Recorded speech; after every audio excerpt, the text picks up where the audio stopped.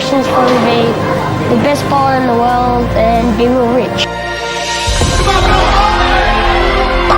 And he does it! Belmo does what he needed to do to give himself the best chance.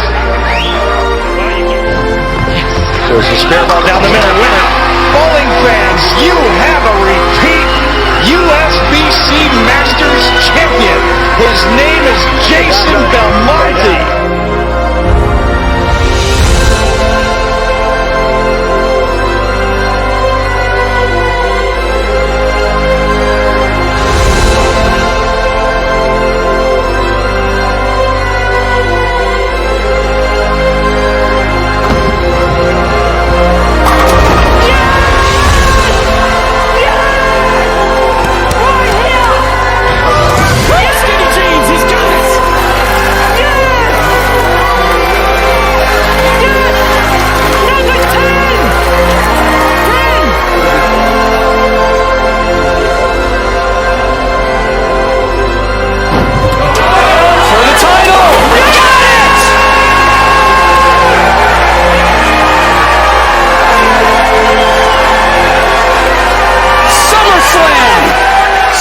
Slam!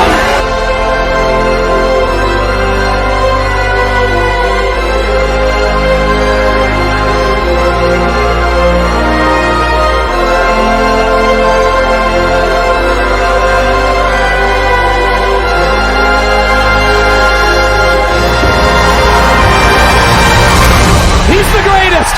He's the greatest!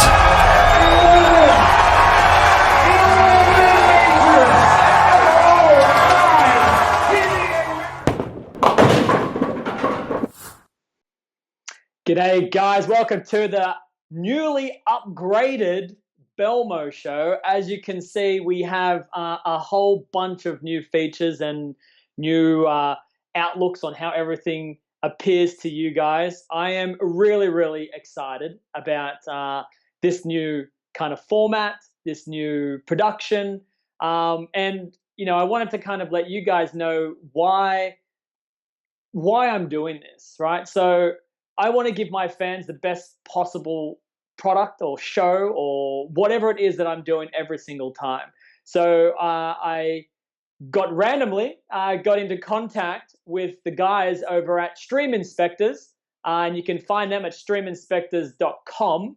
And they said, "Hey, listen, we think we can make your show look a little better." And I said, "Well, let's do it." So here it is, and you're going to see a whole lot of features throughout the show.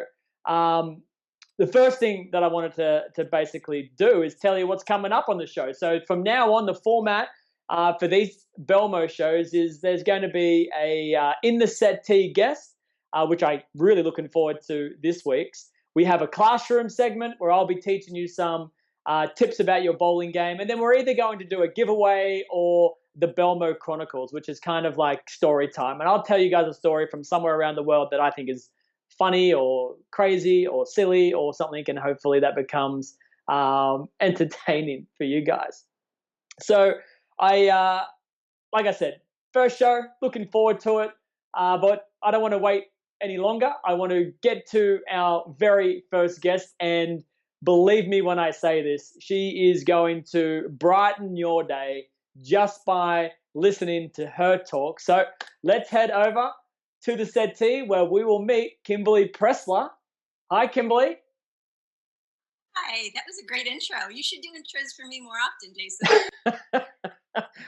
Believe me, I mean, all the nice things you've ever said about me, I think it was only fair that I gave you a nice intro. Usually you're the one giving me the nice intros. How are you? I'm well, but I have to be honest, I'm a little bit nervous just because exactly what you just said. Normally I'm the one doing the interviews, like interviewing you or, everybody else, but I get a little nervous when I get interviewed. Nah, don't be nervous. It's going to be a lot of fun. I mean, listen, every question that I have for you, I don't think you can get into any trouble answering them. So it shouldn't be one of those, look what we've grabbed from social media. Kimberly Pressler says something damaging to her career. I don't think I'm going to ask you anything along those lines. But I kind of want to introduce you to some of the fans who maybe aren't familiar with you as closely as I guess religious PBA fans are. But Kimberly, about what was it, 11 years ago, you started working for the PBA as a sideline reporter. Tell me how all that kind of started. Okay, so yeah, this is I literally can't even believe it. It's going to be my 11th season covering the PBA, and it was kind of a whirlwind on how it all started. So I was covering motorsports, and I covered that for years, all different disciplines of motorsports: freestyle motocross, ATV, snowcross, you name it.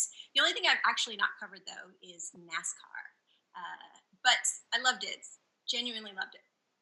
And then I had a baby, and I took some time off, and I was covering the Traxxas Torque Truck Racing Series, and I was gone every week, and I was traveling with her, and I just got worn out.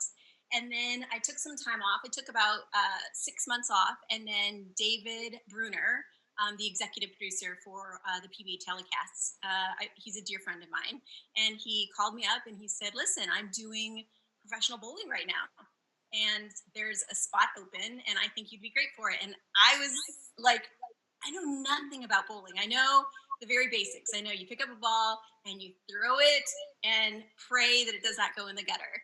And that was pretty much it. And well, I mean, I must admit, I mean, over the years, your knowledge for bowling has substantially increased. But I do remember, I'm trying to remember the very first time I actually shook your hand and said hi. But I do remember a conversation where you basically had said to me, it must have been like the first or second show, and I must have said, "Hey, listen, if you ever need any help about like bowling words and stuff like that, like don't be afraid to ask anyone really, but I'm obviously here to help you." And you're like, they keep talking about Brooklyn. What's Brooklyn? And I mean, now look at you. I mean, you're calling out splits, you're talking about lane transitions, you're talking about drillings of bowling balls. I mean, so we've gone from not knowing what a Brooklyn is all the way through to specs and oils. It's pretty amazing. I'm really, really it's awesome. Well, I appreciate that. And the thing is that was great advice that I did. I asked everybody. I wasn't ashamed to ask questions. And I think that that just endeared people to help me. They're like, she's asking for help, so let's go ahead and give that to her without making fun of me for not knowing it. But like I said, I came from a motorsports background, and as long as I was open up to learning, everyone was so kind and so helpful. And even now, like I said, we're going into my 11th season, and even now I think to myself, oh, I'm learning something new today, or oh, I didn't know that if you say it, or if you did this, or when you put your hand here. But this past season, I realized when I was sitting in players' interviews with you guys that, Randy normally asks things about lane transition and if you've done anything different on your approach, or if you've changed up your hand or your grip or anything like that. And while he's talking back and forth with you guys, I could really keep up with the conversation. And I just remember having like this little smile on my face going, oh my goodness, totally knew what they were talking about. So I want to kind of stop you a little bit there. I'm getting a couple of comments through the live stream, and the guys are saying that you're really, really quiet, Kimberly. I don't know if there's a volume button that we can do to turn you up. Maybe there is. I've got Zach, the producer, in the background, so maybe he can look at your audio levels and see if we can't do anything. But you may have to shout a little louder for now. So what I wanted to get into is, I want to talk a little bit about prior to the PBA as well. We all know that, well, not we all know. I mean, you started your career in the limelight, I guess, winning some pretty big kind of, I don't know, what's the word? I mean, I don't know, is pageant the right word? Is contest? Is competition? What's the right word?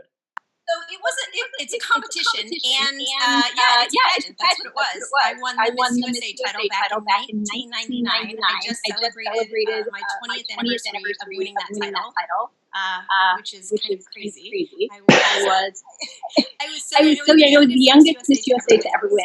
So yeah, let's leave it. We don't want to tell ages here. All right, we're not going into that kind of detail. We just know in 1999 you were Miss USA, and I guess that whole process, and I've spoken to you this, like personally about this, but the whole process it's really difficult. Like it's not something that, oh, you just need to be quite, you don't just need the looks. There's so much more behind that process. And one of the things that I think I really liked about the whole competition, the whole pageant, was the girls, you all are really supportive of each other. Past winners, current, winners, everyone keeps into contact a little bit, and you're always helping each other, which I think is it's a really nice thing. That's absolutely true. In fact, I am still friends with several of the ladies that I competed at the Miss USA pageant with. Colorado, Kansas, Arkansas. I still talk to them, even California, and we message every now and then. And in fact, Miss Colorado, Susan, she and I, for years and years and years, got together once a year around Miss USA, or she'd go to the Miss USA pageant with me. And we just hung out, and I genuinely met some really amazing ladies when I went for the Miss USA pageant. So that makes me super happy. No, you should be super happy. I mean, these girls. I mean, do they follow you and watch you on the PBA? Do they text you when you're on TV, or do they they say, hey, I'm watching the bowling because of you? Some do. A lot of them text me in the middle of a live show, or they will send photos of me. A lot of the times they're like out somewhere, or if there's a TV on, and they'll take a picture of it and they'll send it to me. And I'm sure people do that to you as well. Yeah. I saw you on TV, and they snap a picture and then they send it to you. And well, it's a little bit hard when you're in the middle of a live show to get back to them, especially for you and all the other players. But I try to get back to them. But it's amazing that I'm still really good friends with a lot of them, and I love the support that they have. And I try to support them in whatever adventures that they are in within their life as well. So it's good. Yeah, it's awesome. So, well, I mean, now we've got a little bit of a break. It's a very weird kind of time that we're living in right now. But you are in Southern California, around the LA area. You you have. I see on your Instagram. If you don't follow Kimberly on Instagram, you should absolutely go follow her. Is it at K Pressler? What is it? I forget the actual handle. Pressler. Say that again. At Kimberly Pressler. It's super easy. Yeah. Your full name, at Kimberly Pressler. So go follow her over there on Instagram. And I see that you're doing some garden work at the moment. You do a lot of like extracurricular activities with your daughter. Like you're doing, there's a lot of cheer stuff, Girl Scouts. I mean, it seems like your day to day is pretty full. Is that how you like it, or is that just how it is? So I have to be honest, and this might not be the popular opinion, but I absolutely am genuinely enjoying being on quarantine and in the house and being with my daughter. Even the school stuff doesn't bother me. I love it. I get up in the morning, we have this routine, and I help her with her schoolwork. I love it. I'm really enjoying it. And you're talking about the garden. We just put that in, and she actually helped me build it. I didn't post the video of it, but she's got a drill, and she was like helping me put it all together. And I love it. It's something that we get to do together. But I don't know why I like gardening so much. I think it's just because you give it so much love and attention, and then all of a sudden you got all these really amazing veggies. So I enjoy it. Have you been doing a lot of stuff with your kids on the time off? Yeah, I mean, that's actually one of the things, like yourself. I mean, it's you try to find the silver lining everywhere you can. So, I travel for more than half of the year. So this time at home and I actually don't even know when I'm going to be traveling again. I mean, our government really hasn't suggested or even hinted towards when borders will open up and airlines will be able to fly out of the country again. But as sad as it all is, the silver lining for me is, I get to, do a lot of things throughout the day that I kind of miss. So, for example, my son, he loves to go motorbike riding. So we've got some bikes. We go motorbike riding. He enjoys archery. We actually, as a family, we play archery. We get the target out and get the bow and arrows getting ready to go, which is a lot of fun. And we just do a lot of like I watch movies with the kids, which, man, I miss that. I miss when I would, have the opportunity just to sit down and watch a movie. So, well, I'm doing all of those things. The one thing I am missing is, I haven't like given my mother a hug since January, since I left, because I came back when there was social distancing, and Australia had a very strict, like quarantine mandate where you couldn't do it. You couldn't touch anyone. You couldn't go within, a meter and a half of someone. So that's what I'm really looking forward to, is going to my parents' house, giving them a big hug, having my kids, play and talk with them. And same with my sister and her family. We have, and my other cousins. I have a very large extended family here in town. So, and everyone's got kids. So I'm really looking forward to the day that we can all hang out. But I will say, okay, when we left the US, we were at the Asbaddies in Chicago, and they had a virtual reality headset. So we were playing around with the virtual reality headset. And I said, we absolutely need to buy one of these virtual reality headsets. So if I'm not, if I'm not mucking around outside or doing something with the kids, I'm in a virtual world shooting, all sorts of aliens and playing all sorts of games. So I don't know. Have you ever done virtual reality? Only did it when I did the indoor skydiving, and it was base jumping. So that's what I was going to ask. I've never done the virtual reality thing. So I know it's the glasses. So you put it on, and do you put a phone in there? Is that how that works? No. So this one is it's the Facebook Oculus Quest. It's I guess it's really, really good. So it's all wireless.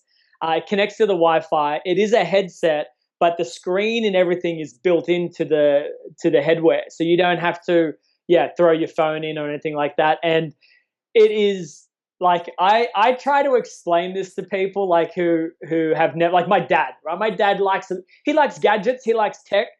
He's obviously from the older generation, so like understanding what virtual reality really is difficult to explain it. Because I'll tell him, yeah, it's like I'm in space, and he goes, oh, okay, so it's black. I go, no, I'm in space, like I'm floating, and I can look around and I feel like I'm floating.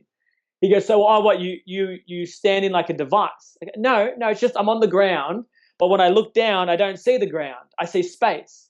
And he can't. I feel like everybody wants to see a video of you doing the virtual reality. I look ridiculous. There's one game in particular. It's called Pistol Whip, and it's like a shoot 'em up rhythm game. So you got to kind of like shoot the bad guys in time with the music, and you do all the dodging, and you've got the gun in your hand. And I'll often, like, when I finish the game, I'll take the headset off, and like Sylvie is just looking at me like, what are you doing? Like, why do you look like an idiot? So that's one of the things I have to be aware of. I usually take it off the peak to make sure no one's in the room first, close the door, so then at least I can play without feeling embarrassed. I want to see you doing the virtual reality now, so you have to post a video of that. All right, I will look to do that. Kimberly, I got a fan question here, and I want to jump into that before I jump into a question that I've been wanting to know for a long time about you. But this comes from Facebook, Jill Winters, and Jill asks this question: as a female with broadcasting experience who dreams of working for the PBA or PWBA, what advice can Kimberly give me on getting an opportunity to prove myself someday? Now, be careful what you say here, Kimberly, because it sounds like she wants your job. So be careful. Now, first of all, I'm going to give Jill as many tips as I possibly can. Just know that I have no intention of giving up my job with the Fox and the PBA, but after I leave, you're more than welcome to take it. So I love that she wants to be a sideline reporter or a host or just in front of the camera in general. I'm not sure what her background is. I'm sure that she took some classes and such, or maybe is going to college for her multimedia degree. And if that's the case, that's awesome. But she should try and get internships somewhere, whether it's for sports or even at a news station, if she can intern there as well, get as much experience as she possibly can so that she can put together the best reel to show people, because that's it's kind of like your call card, your business card. When you want to go and interview with someone, you give them your reel, which is just a collage of the work that you've done in front of the cameras and the stories that you've built. The other thing that I would suggest that I did not go to school for what I do, because I literally won Miss USA, gave up my title, crowned the next lady, and then within a month I was on MTV doing jumps and jumping out of planes, and it was kind of craziness. So I got lucky in that aspect, that I transitioned pretty quickly into what I do as a career now. But I would suggest to her to cover things that she's not comfortable with. If she knows she wants to go into covering the PBA or the women's pro tour, I would suggest she cover basketball or baseball or wrestling or the UFC, anything that is not in the realm of what she's comfortable with, because that will just make her better at her job when she gets into something that she genuinely knows and loves. I pretty much that's the best advice that I could give her at this point, because I'm not sure what her background is. But maybe there's one other thing. No matter what she does, whether she's covering something for an online report or she's doing it for a big news station, be professional and come prepared. Dress the part that you want. Act in a manner in which that you would be if you were working for Warner Brothers or Extra TV, or if you were working for Fox. Even if it's something small that you think nobody's going to see, because you will run into people that would be like, hey, I remember you were on this, and you want to come across as professional no matter what it is that you're covering. So I guess that's kind of all the advice that I would give her. That, and don't apply to be the PBA highlight reporter in the I think that's great advice. I think you hit the nail on the head. I mean, if you're ever going to get better at anything, you have to put yourself into positions that are uncomfortable, that aren't necessarily in your wheelhouse, and that way, when you handle those situations and those different places, anything that you come across in your field of expertise will become a walk in the park. So it's really, really good advice. My question for you, though, Kimberly, is you've been working for the PBA since 2010. You've seen hundreds of matches. If you could maybe just give me one or two of your favorite matches that you ever watched. Oh, man, I have to narrow it down to one or two. One or two. Okay, how about I do three? Okay, you can do three. Come to mind. So early on, it had to have been the Tom Doherty and Mika Koivuniemi. Oh, I haven't said his name in so long, I couldn't even say it right. Mika, let's just stick with Mika. I just remember being in Vegas. We were at the Red Rock, I think, and for the TOC. And Tom bowled 100, and Mika went for 300 and ended up getting 299. But it was like a roller coaster ride of emotion, because Mika was trying not only to win the TOC, but he was trying to win to get a 300 on TV, which was just a feat on itself. And then there's Tom, who was on TV, and he was not bowling very well.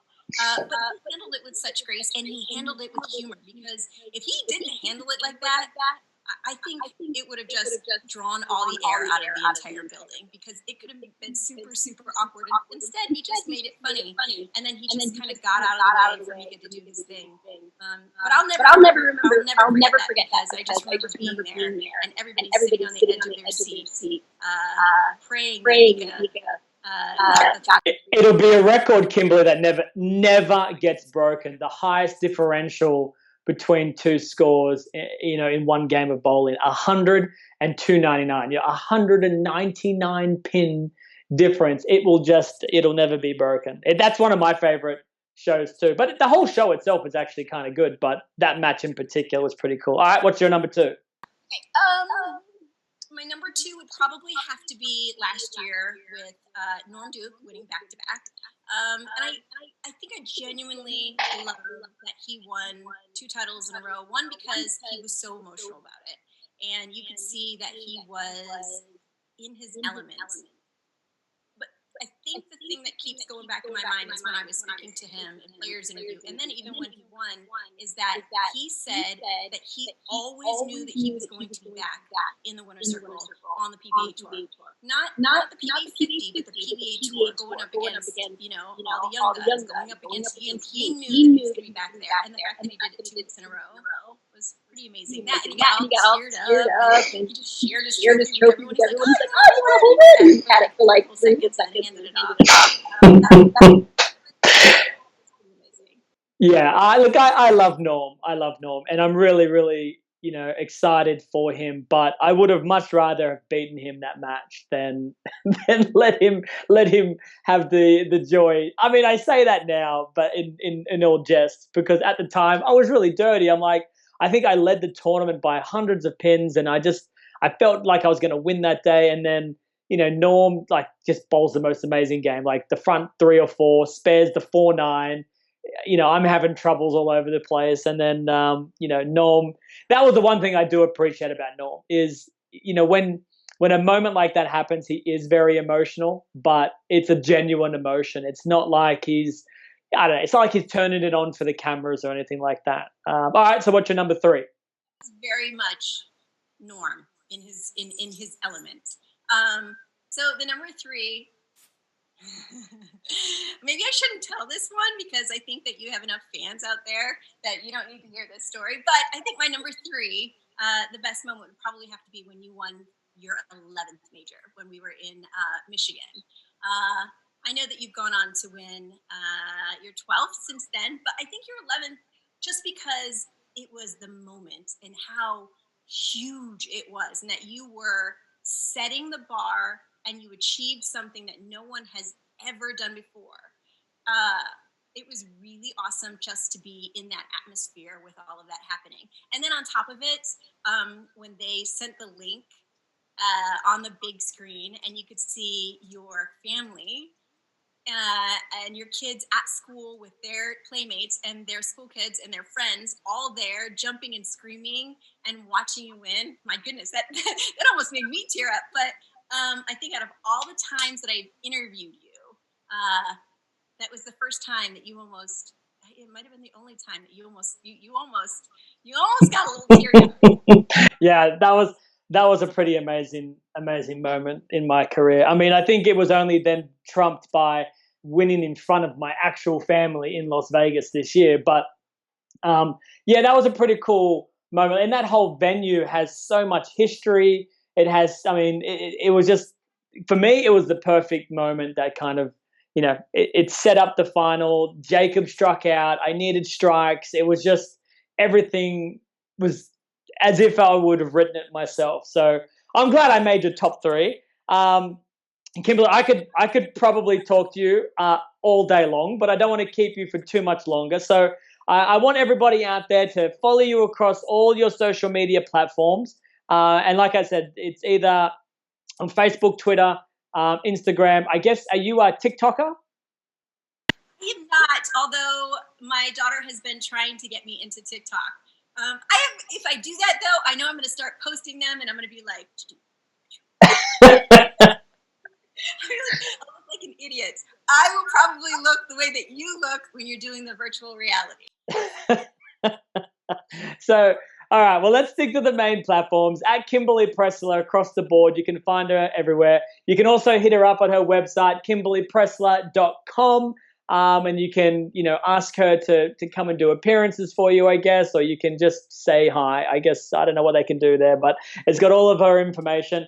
Kimberly, thank you so much for joining with me. It's been an absolute pleasure. I hope that the Australian government opens the borders up really soon so I can jet set across the US, see you in person. And usually, if you and I are talking, it's, for the most part, I'm doing really well on the lane. So let's hope you keep talking to me a lot. Sounds good. Thank you for having me, Jason. And you're welcome. Home. Thanks, Kimberly. Bye-bye. All right. Kimberly Pressler there. What a doll. What a really nice girl. Obviously really passionate about the PBA. And like I said, over the years, she has really, really improved in knowledge she has for the game of bowling, and I think now she can really hold her own conversation in pretty much anything. I think the only time that she got a little bit confused was in the team event, and there were multiple, not the team event, the playoffs, and there were 2 balls on either lane, and she was getting them confused on what ball was what ball. And that was the only time in the last year that I had spoken to her anyway, since about improving her vocabulary on the lanes, that she got confused for a moment. But if I had have showed you that very first time we met, you would have gone, "Oh, this is going to be a train wreck." And she didn't. She managed to fix it and to be amazing. So it was awesome having Kimberly on the show. Next part of my show, though, is I want to teach you guys how to throw that pressure shot, or when you're feeling like you're under pressure. So we're going to head over to the classroom right now. So this week in the classroom, I want to help you guys, deal with those shaky nerves. And, what do you do when the moment becomes huge and you feel like either your teammates are expecting a great shot from you, you're expecting a great shot from yourself, you have a chance to win, or you have a chance to do something, and that moment builds, and now you're at that crunch point. It's a question I probably get asked all the time. It's probably the most asked question is, how do I bowl under pressure? Now, there are 2 caveats to this piece of information. The first being, realize that you are a human being and that you will not strike every single time you have to. There will be times that you miss. There will be times that you don't miss. And the idea is you want to obviously increase those percentages for the times that you do strike to just improve them step by step. But you have to accept you will miss. Now, if you can, all of a sudden missing doesn't become as nerve-wracking. It doesn't become as fearful. I have accepted the fact I will not strike every time. So if I do not strike, it hurts, but not nearly as deeply as thinking I'm going to strike every single time and then you don't. So accept that you're human. The second is you want to be able to get your internals as calm as possible. You want to feel like you felt earlier in the day or in the game, where your heart rate is lower. It doesn't feel like your heart is beating out of your chest. You want to clear your mind. You don't want to be thinking about the possibilities. What might happen is the last thing that you want to be thinking about. You decrease your emotional tenseness. You increase your awareness. You increase your focus towards a process. And then you just let everything happen rather naturally. And you don't worry about the result. The result will be whatever it will be. But I promise you, if you execute your process and you execute that really well, then you have a higher percentage chance of getting that strike without even worrying about trying to strike. So those are probably the 2 really biggest tips that I would do. I'll actually add to it as well. But yeah, I would look to accept the fact that you're a human. And try to become as calm as possible. In some ways you can do that is, you can drink water, you can visualize. A lot of visualization techniques help, where, you kind of bring yourself centered, closing your eyes and just deep breathing. Those are things that I do actually. If you had seen the US Open show in particular, there was a bit of, I guess that had a little bit of a rough patch on television. So when I went to that US Open show, I wanted to basically feel like I was just even the whole time. So when it wasn't my turn, I was closing my eyes, deep breaths, visualizing my shot, what I wanted to do, knowing my process, where I wanted to hit, and that was all I was really concerned about. The ball did its job. If I was to do the process, I knew the ball would be fine. And in the end, got away with the win. And I really do actually credit a lot of my success to that calming feeling, the visualizations, and just just allowing me to realize that, hey, give it your best go, but you may not strike, and that's okay. Anyway, that's my tip for the classroom this week. I want to say thank you to my friends at Storm. This is the classroom powered by Storm. And until next week, hopefully you get a chance to utilize this tip, as soon as you get back onto the lanes. But that's it from the classroom today. So we're into the final segment. It's the giveaway. I'm really looking forward to giving you guys an opportunity to win something. And like I always say, I did this kind of upgrade of my stream, mainly because I wanted to give you guys the best possible product. And it's one of the reasons why I like doing giveaways. If you do follow my pages, you'll see that I'm giving away stuff all the time.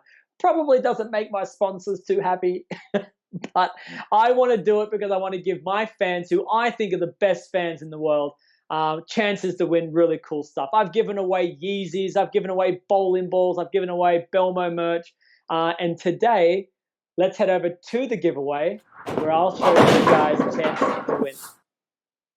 All right, so here we are. We're doing a giveaway in 2 minutes, but there are a couple of things that you need to do. Number one, in the chat room, in the chat box, I need you guys to type in there my website address. That's it, www.jasonbelmonte.com. Type it into the chat room, and that's where I will scroll through the chat, randomly select someone who has typed in my website. Now, you can win today either a personalized video shout out that I'll send to you, some Belmo socks, an autograph card that I'll sign and send anywhere in the world that's personalized to you or a friend, or a Belmo hat. So what I'm going to do is I've got my man Zach in the background here. Zach, spin that wheel. Let's see what everybody's going to have a chance to do.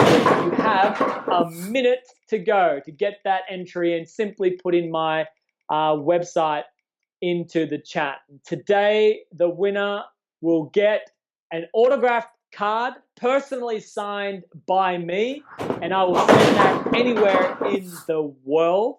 So, well, now the time has gone back to 2 minutes, but I know we're at a minute. So what we're going to do is I'm going to look at it at the minute. I'll scroll through and we can be done with that. I'll go through after the show, find my winner. You will get an autograph card. I'll contact you personally. So we still have 30 seconds, 35 seconds-ish to get that entry in. Like I said, all you need to do is type in my website, www.jasonbelmonte.com, in the message, in the chat room, in the message board right there, and your entry is in. It's pretty simple, I think. I don't know if there's a simpler way to give something away than just typing in a handful of letters, few words. 5 seconds, 4, 3, 2, 1. All right, we're done with the giveaway. I'll head back to the host scene, and I'll find my winner after the show. Guys, the Belmo Show is nearly over. I want to take this opportunity now, if I can, to just go through a few of the sponsors that have helped me put on this show and helped me in my career. So I firstly, more than anything, got to thank the guys there at Stream Inspectors. If you're interested in doing a live stream, these are the guys you got to contact, okay? Zach and his team are absolutely awesome. Storm Bowling, is there a better ball company in the world? I don't think so. They've helped me win all of my championships. They do give the absolute best product in the world. Check them out, stormbowling.com. Vice grips, I wouldn't put my fingers in anything else. Since using vice grips, my fingers have not split. They barely hurt. It doesn't matter how many games I play. So vice grips. Dexter Bowling, Dexter shoes, best shoes in the entire world. I have used Dexter my entire career, so absolutely love Dexter. Check them out at dexterbowling.com. And if you're looking to build a website, my friends over at Cloud Construct, they have helped me build mine. So get in touch with them if you're looking to do some. Well, now you got some time off. Let's build a website, do something fun. Head over straight to cloudconstruct.com. All right, guys, that's it.